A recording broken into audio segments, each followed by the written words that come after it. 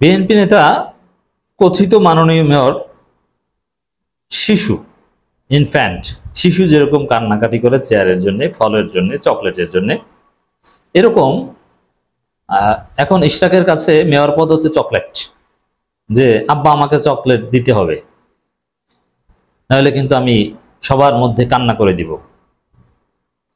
তো দর্শক, বিএনপি নেতা ইশরাকের বিরুদ্ধে আইনি পদক্ষেপ নিতে পারে ইউনূস সরকার। বিএনপির হাইকমান্ড ইশরাকের পক্ষ ত্যাগ করছে। ইশরাক হতে পারে বিএনপির বলির পাঠা। দেখেন, সে আলামত লক্ষ্য করছি আমরা। খেয়াল করেন দুইটা খবর। এক, ইশরাকের বিরুদ্ধে ক্রিমিনাল অফেন্সের অভিযোগ উপদেষ্টা আসিফ মাহমুদ। এখন কেউ ক্রিমিনাল অফেন্স যদি করে, তার বিরুদ্ধে যদি ক্রিমিনাল মামলা না করে, সেটা আরেকটা অপরাধ। এর মানে এই অভিযোগ উত্থাপন করা অর্থ হচ্ছে ইশরাকের বিরুদ্ধে মামলা করতে পারে। কারণ ইশরাক যেটা করেছেন এটা ভয়ঙ্কর অপরাধ। 70টা তালা দিয়ে নগর ভবন দখল করে, জনগণকে জিম্মি করে, গায়ের জোরে চেয়ারে বসে নিজেকে মাননীয় মেয়র দাবি করা, এটা ভয়ঙ্কর অপরাধ। এটা মুহূর্তের মধ্যে জেলে নেওয়ার অপরাধ। তো এটা উপদেষ্টা আসিফ মাহমুদ তুলে ধরেছে। একই সময়ের কাছাকাছি খবর, বিএনপির স্থায়ী কমিটি সিদ্ধান্ত নিয়েছে যে ইশরাকের আন্দোলন স্থগিত করা উচিত, এবং তারা সর্বসম্মত একটা খবর এসেছে যে 99% সদস্য একমত ইশরাকের এই আন্দোলন থেকে পিছু হটা উচিত। এতে সরকারের সাথে বিএনপির সম্পর্ক খারাপ হচ্ছে লন্ডন সমঝোতার পর। ইশরাক যেন ঘরে ফিরে যায়।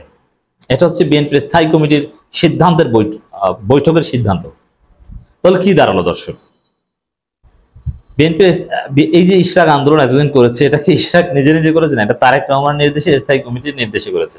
এখন যেহেতু ইশরাক এত দূর এসেছে, ইশরাকেরও তো একটা আত্মসম্মান আছে। এত দূর এসে বলেছে যে প্রয়োজনে কবরে যাব, নইলে শপথ করবো। কারণ কবরও যেতে পারছে না, শপথও করতে পারছে না। এই জন্য তিনি 70টা তালা মেরে নিজেকে মাননীয় মেয়রের আসনে বসিয়েছেন শপথ ছাড়া। এখন স্থায়ী কমিটি বলছে যে আন্দোলন স্থগিত করে ঘরে ফিরে যাও। স্থায়ী কমিটির সিদ্ধান্ত। আর ওই সময় ক্রিমিনাল অফেন্সের অভিযোগ করছে সরকার।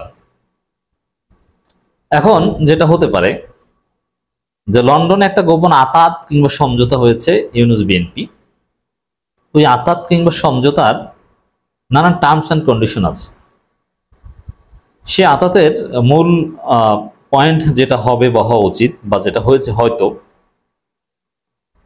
এই সরকারের তাদেরও কিছু মান সম্মান রক্ষা করতে হবে এবং তাদের একদম সেফ এক্সিট।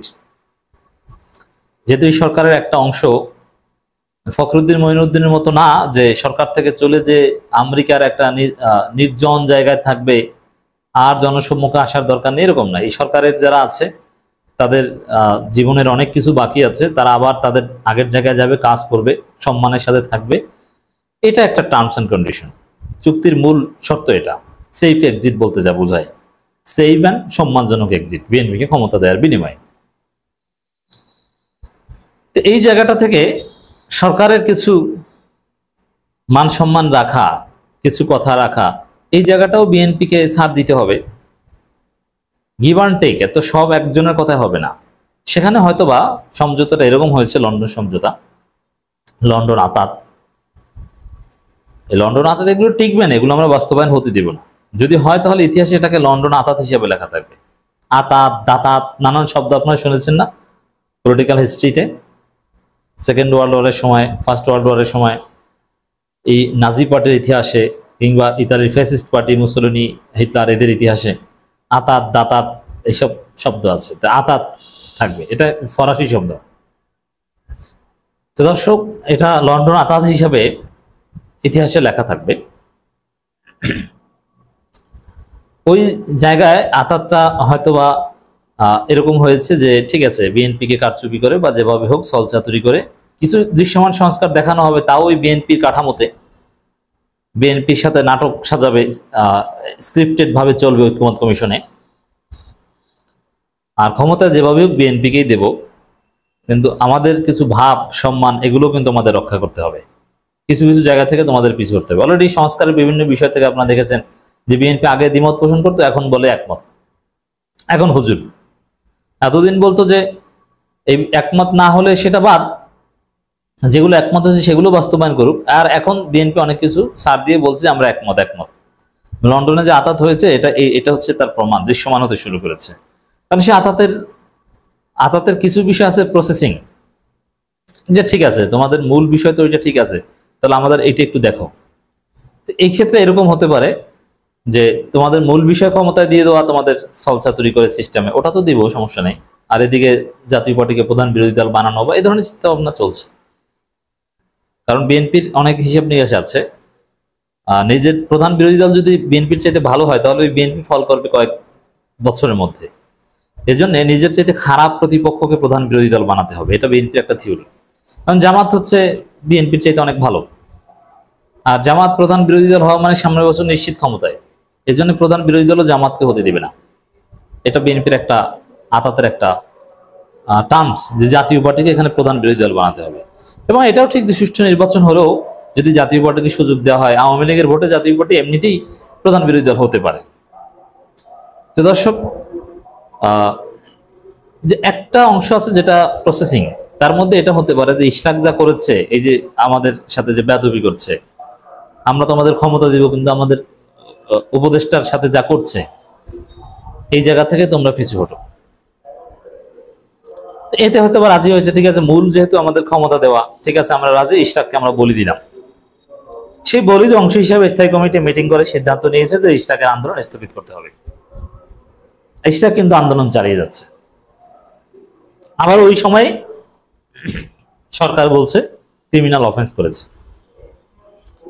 এর মানে ইশরাককে বলি দেওয়ার, ইশরাক বলির পাঠা হতে পারে। একটা বন্দোবস্ত হচ্ছে লন্ডন সমঝোতা বা আতাত অনুযায়ী চললে বলির পাঠা হিসেবে ইশরাককে গ্রেপ্তার করতে পারে, বিএনপি কিছু বলবে না, অসম্ভব না। অনেক রাজনীতিতে অনেক কিছু সম্ভব। এই অ্যানালজিটা এভাবে আমি মিলাচ্ছি, আপনারা খেয়াল করেছেন। খবরটা একটু দেখি। শপথ না নিয়ে ঢাকা দক্ষিণ সিটি কর্পোরেশনের মেয়র হিসেবে প্রশাসনিক কর্মকর্তা কর্মচারীদের বিভিন্ন সভায় অংশ নিয়ে বিএনপি ইশরাক হোসেন সরকারি কাজে বাধা দেওয়ার মতো ক্রিমিনাল অফেন্স করেছেন বলে মন্তব্য করেছেন। কারণ ক্রিমিনাল অফেন্স করলে তার বিরুদ্ধে ব্যবস্থা না নিলে আপনি আইনের শাসনে বিশ্বাস করেন না, আপনি বাধ্য এখন মামলা করতে। বুঝতে পারছেন সরকার কোন জায়গায় গেছে? আবার বিএনপির স্থায়ী কমিটি বলছে যে এতে জনগণ ক্ষুব্ধ, ইশরাকের আন্দোলনে জনগণ বিরক্ত, এতে বিএনপির ইমেজ নষ্ট হচ্ছে। স্থায়ী কমিটির বৈঠকে এই কথা আলোচনা হয়েছে, বিএনপির ইমেজ নষ্ট করছে ইশরাক, অতএব ইশরাককে বলির পাঠা বানাও। এইদিকে যাচ্ছে পরিস্থিতি, যে কোনো সময় ঘটনা ঘটে যেতে পারে। বিবিসি বাংলাকে এক সাক্ষাৎকারে আসিফ মাহমুদ বিবিসি বাংলাকে বলেছেন যে ক্রিমিনাল অফেন্স করেছে, এর মানে এটা সিরিয়াস। এখন বিবিসি বাংলা তো পরে ধরবে যে ক্রিমিনাল অফেন্স করছে, তার বিরুদ্ধে মামলা করেন না কেন? কেন আইনের শাসন কি নাই? আইন নাই এদেশে, চলে না আইন। বুঝতে পারছেন?